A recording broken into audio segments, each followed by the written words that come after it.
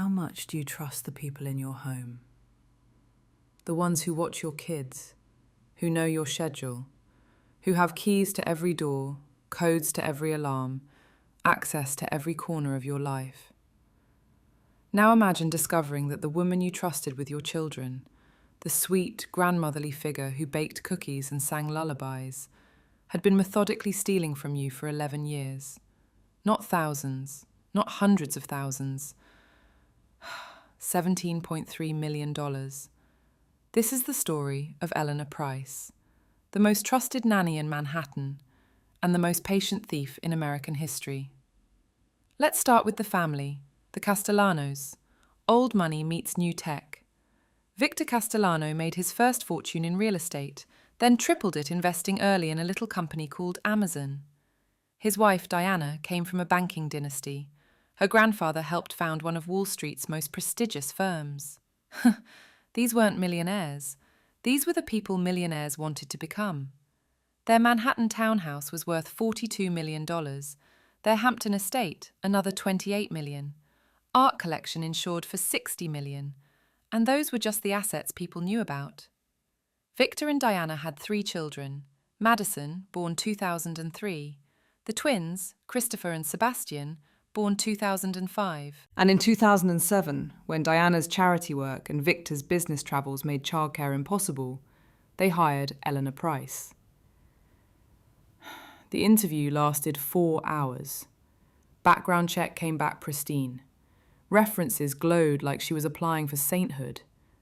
22 years of nannying experience, specialised training in child development, CPR certified, first aid certified, certified in basically everything you could certify a human being in. She was 53 years old, silver hair, warm smile, the kind of face you'd see on a grandmother in a holiday commercial. She felt like family from day one, Diana would later tell investigators. That was the whole point, wasn't it? Eleanor moved into the guest suite on the 3rd floor. She had her own bathroom, her own sitting room, her own entrance. The Castellanos believed in treating staff with dignity. They paid her $120,000 a year, well above market rate, plus benefits, plus a yearly bonus, plus use of a car. Why would someone making that much money need to steal? Because Eleanor Price wasn't who she said she was, and $120,000 was nothing compared to what she really wanted. The theft started small, so small it was invisible. In her first year, Eleanor noticed something. The Castellanos didn't track small expenses. Groceries, household supplies, children's activities. Diana just handed Eleanor a credit card and said, "Whatever they need." Whatever they need. Eleanor needed a lot, apparently. It started with groceries. She'd buy $300 worth of food, real groceries, real receipts, and add $50 cash back, every single time. Then school supplies. Madison needed new markers. Eleanor bought markers. And a $300 tablet. For educational apps. Then clothing. The twins needed winter coats. Eleanor bought coats. And $700 worth of designer children's clothes that went straight into her car. Small amounts, reasonable-looking purchases, nothing that would trigger a review. But Eleanor was thinking long-term.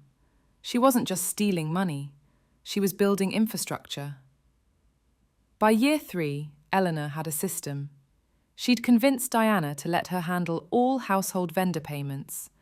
Easier that way, Eleanor explained. Diana was so busy with her charity foundation. Why burden herself with invoices for plumbers and electricians and landscapers? Diana agreed, gratefully. And that's when Eleanor created the ghosts, ghost vendors, companies that existed only on paper, invoices for services that were never performed. Premium childcare consultants, $4,000 a month for developmental assessments of the children. The company was registered to Eleanor's cousin in New Jersey. The cousin got 20%. Eleanor kept the rest. Manhattan Home Wellness, $2,200 monthly for household air quality monitoring. The address was a P.O. box Eleanor rented in Brooklyn. Elite Educational Services, $1,800 a month for supplementary tutoring. The tutor didn't exist. Every month, like clockwork, Eleanor submitted invoices. Every month, the Castellano accounts paid them. Every month, the money flowed into accounts Eleanor controlled. And the Castellanos noticed nothing. Because when you're worth $300 million, what's a few thousand here and there? But Eleanor wasn't satisfied with thousands. She wanted millions. Year 5 brought her biggest opportunity. Victor Castellano decided to renovate the Hampton estate. Full gut job, $12 million budget. And who did Victor trust to coordinate with the contractors while he travelled? Eleanor, of course. She'd proven herself so reliable, so meticulous, so trustworthy. She oversaw payments. She reviewed invoices. She handled the day-to-day logistics while the Castellanos focused on their busy, important lives. The renovation cost $13.4 million. Except it didn't. The real cost was $11.2 million. The extra $2.2 million went to shell companies Eleanor had created. Fake subcontractors, fake material suppliers, fake everything. The general contractor never noticed. He got paid in full. The architect never noticed. Same reason. The Castellanos definitely never noticed. They just saw a beautiful renovation and a budget that ran slightly over. These things always cost more than expected, Victor apparently said. At least it wasn't double. It wasn't double. It was just an extra $2.2 million stolen from right under his nose. You're probably wondering, how does someone hide $17 million? Eleanor didn't hide it. She spent it. But not on anything obvious. No sports cars in her name, no mansion in the suburbs, no sudden luxurious vacations that might raise questions. She bought real estate through shell companies, 8 properties across 4 states, all rented out, generating income, building equity, none traceable to Eleanor Price. She invested in the stock market through accounts in her cousin's name, her sister's name, her deceased mother's name. Yes, really. She forged documents to keep accounts open in a dead woman's identity. She bought gold. Physical gold. Bars stored in safe deposit boxes in banks she never visited more than once a year. And she lived in that guest suite, drove that company car, wore her modest clothes, played the role of the humble, devoted nanny who wanted nothing more than to care for those precious children. She never asked for raises, Diana said. She'd deflect whenever we tried to give her bonuses, said seeing the children happy was enough. It was enough, because she was already taking so much more. 11 years. That's how long it went on. From 2007 to 2018. The children grew up with Eleanor as a constant presence. Madison's first word after Mama was Ellie. The twins called her their bonus grandmother. She was at every birthday, every holiday, every school play. She tucked them in at night and stole from their parents during the day. The duality of it is almost incomprehensible. How do you look a child in the eyes, read them a bedtime story, and then submit a fraudulent invoice before you go to sleep? But Eleanor did it, every single day, for 11 years, until a 24-year-old accountant named Ryan Torres ruined everything. Ryan was new, fresh out of NYU, hired to help reorganize the Castellano family office finances. His job was simple: audit everything, identify inefficiencies, streamline operations. Just look for anything weird, his supervisor told him. These high-net-worth families, they're never as organized as they think they are. Ryan started with the easy stuff: bank statements, investment portfolios, tax returns. Then he got to household expenses. At first, nothing jumped out. Lots of vendors, sure. Rich people have complicated lives. They need lots of services. But Ryan was methodical, maybe a little obsessive. He liked patterns. He liked things to make sense. And something didn't make sense. Premium childcare consultants, $4,000 a month for 11 years. That's $528,000. For developmental assessments, Ryan had a niece. He knew what childhood developmental assessments cost. They didn't cost $4,000 a month. He Googled the company. Nothing. No website. No reviews. No LinkedIn profiles of employees. Just a registration with the state of New Jersey and a P.O. box address. He Googled the address. Same P.O. box was listed for 3 other vendors the Castellanos paid regularly. Ryan's heart started beating faster. He wasn't sure what he was looking at, but he knew it wasn't right. He spent 3 weeks in that rabbit hole. Every fake vendor, every shell company, every suspicious transaction for 11 years. The spreadsheet grew longer every day. Ryan stopped sleeping, stopped eating regular meals. His girlfriend thought he was having a breakdown. "I found something," he told her. "Something big. I just don't know how to prove it." By week 4, he had enough. He'd traced 7 shell companies to the same registered agent in Delaware. He'd found property records linking those companies to physical real estate. He'd discovered that the registered agent was Eleanor Price's cousin. Eleanor Price, the nanny, the nice old lady who brought cookies to the family office at Christmas. Ryan sat with his findings for 2 days. He didn't want to be wrong. Accusing someone of stealing $17 million. If he was wrong, his career was over. If he was right. He requested a meeting with Victor Castellano directly. Victor didn't believe him at first. Of course he didn't. Eleanor had been with them for 11 years. She'd helped raise his children. She'd held Diana when Diana's mother died. She was family. "You're mistaken," Victor said flatly. "Eleanor wouldn't. She couldn't. There has to be an explanation." "Sir, with respect, I've traced $17.3 million to companies connected to your nanny. Either she's the victim of identity theft or—" "Get out!" Ryan gathered his papers. His career was over, he figured. He'd accused the wrong person and— "Wait!" Victor was pale. His hands were shaking. "Show me everything." The confrontation happened 4 days later. Victor hired private investigators, forensic accountants, a former FBI agent who specialized in financial crimes. Everything Ryan found was confirmed, and then some. The total wasn't $17.3 million.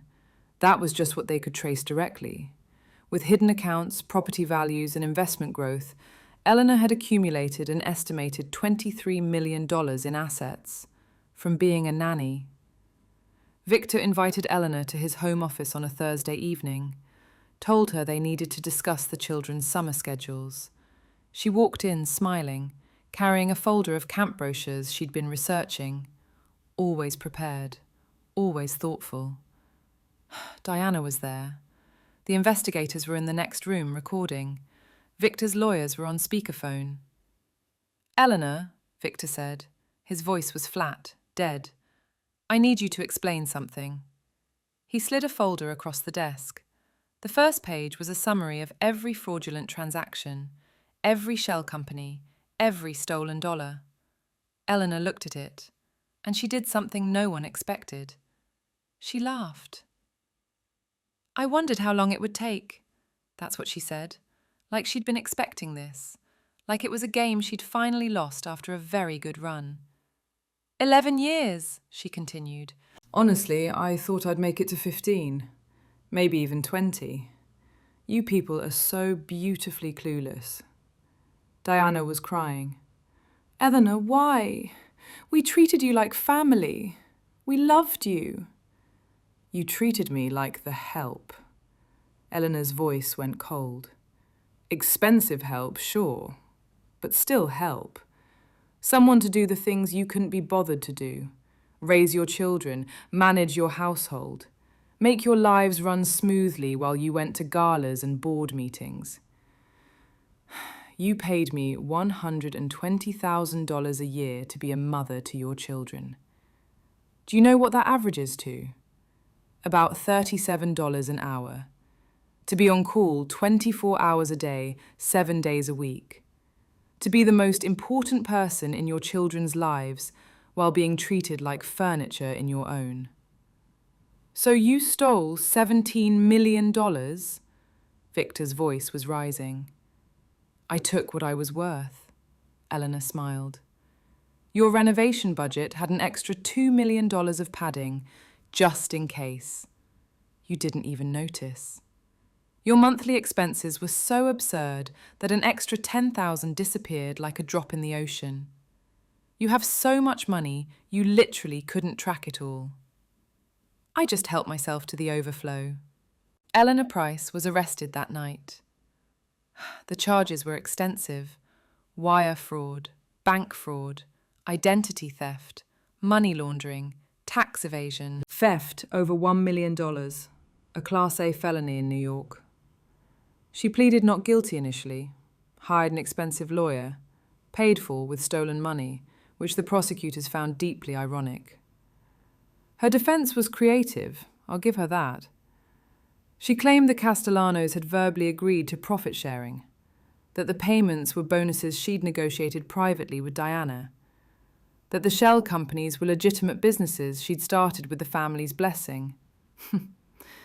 No evidence supported any of this. But she stuck to the story through 3 months of pre-trial hearings.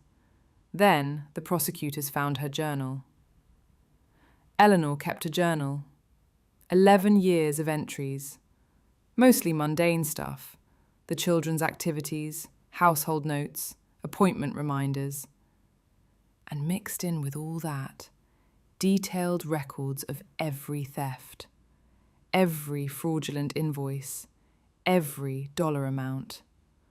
Not bragging exactly, more like accounting.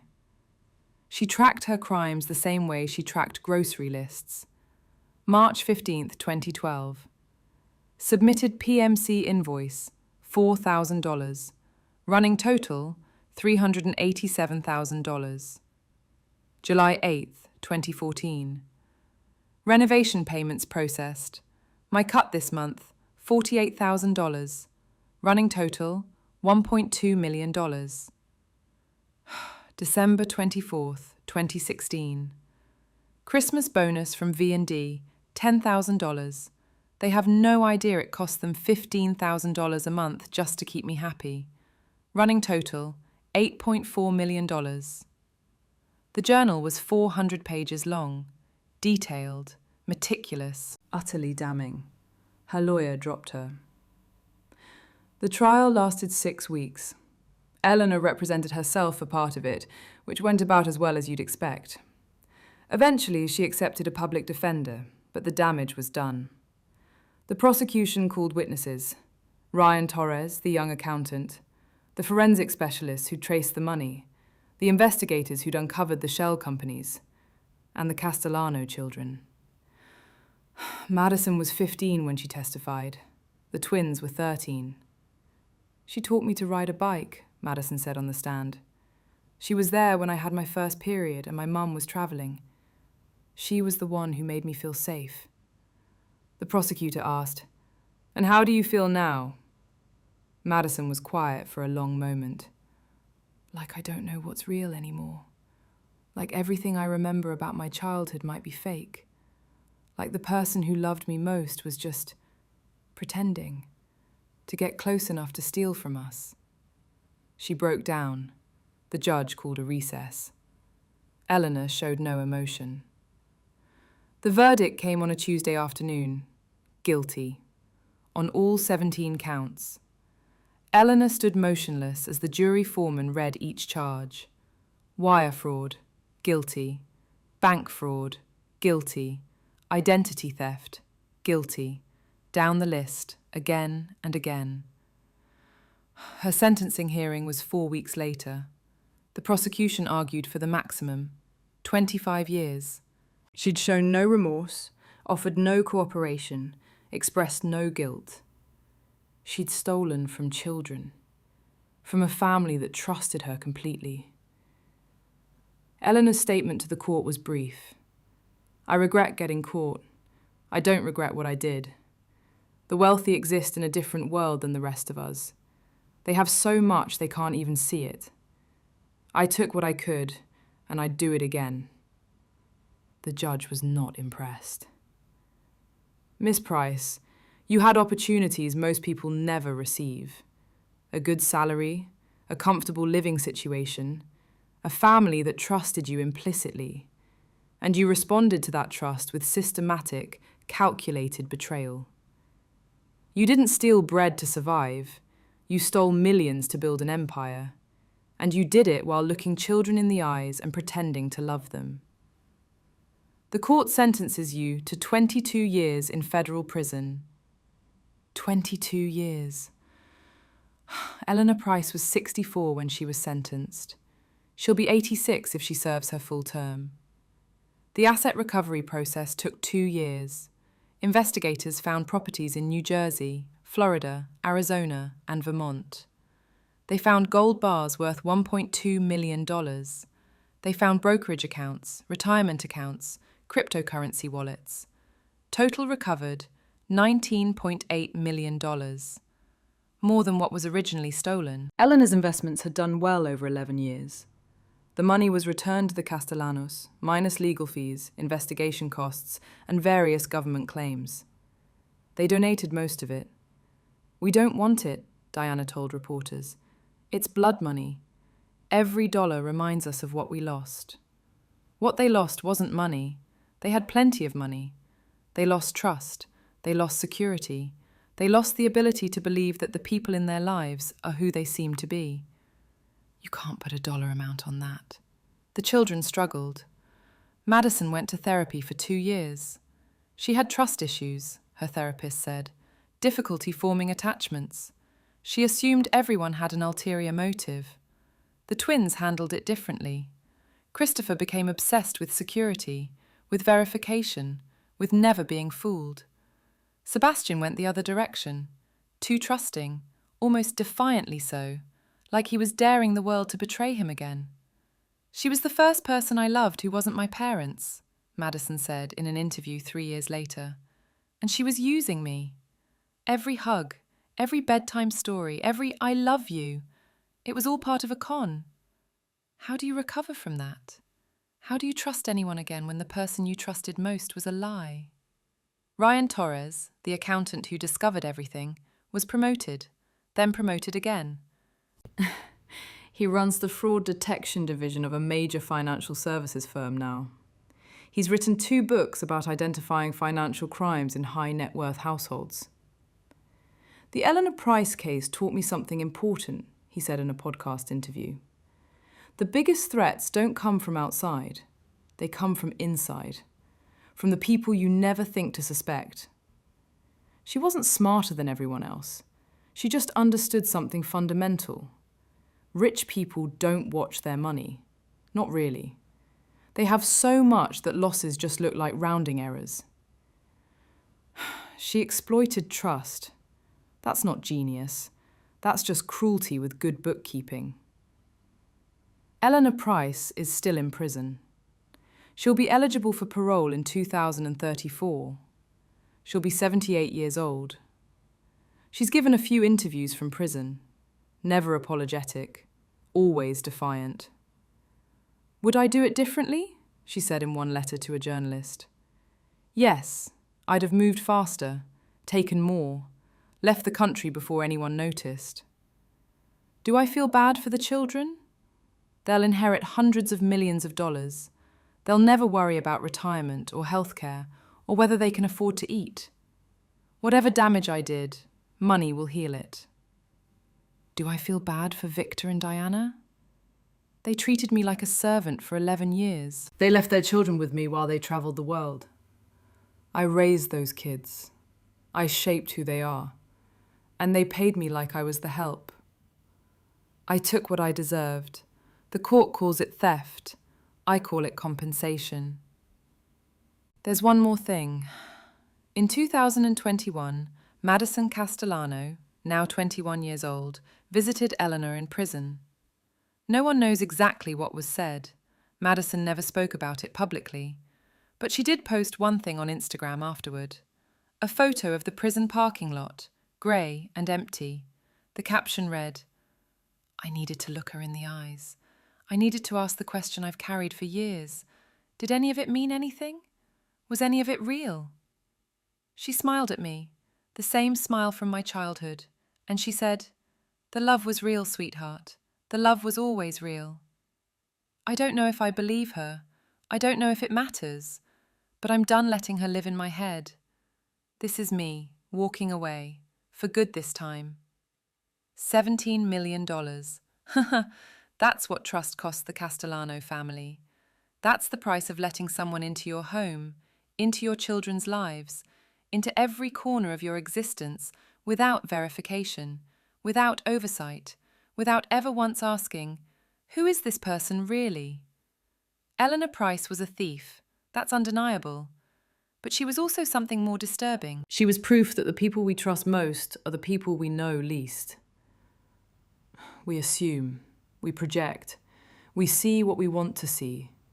And sometimes, behind that warm smile and those homemade cookies, there's a spreadsheet tracking exactly how much they've stolen from us. Sleep tight tonight. And maybe, double check who has keys to your house.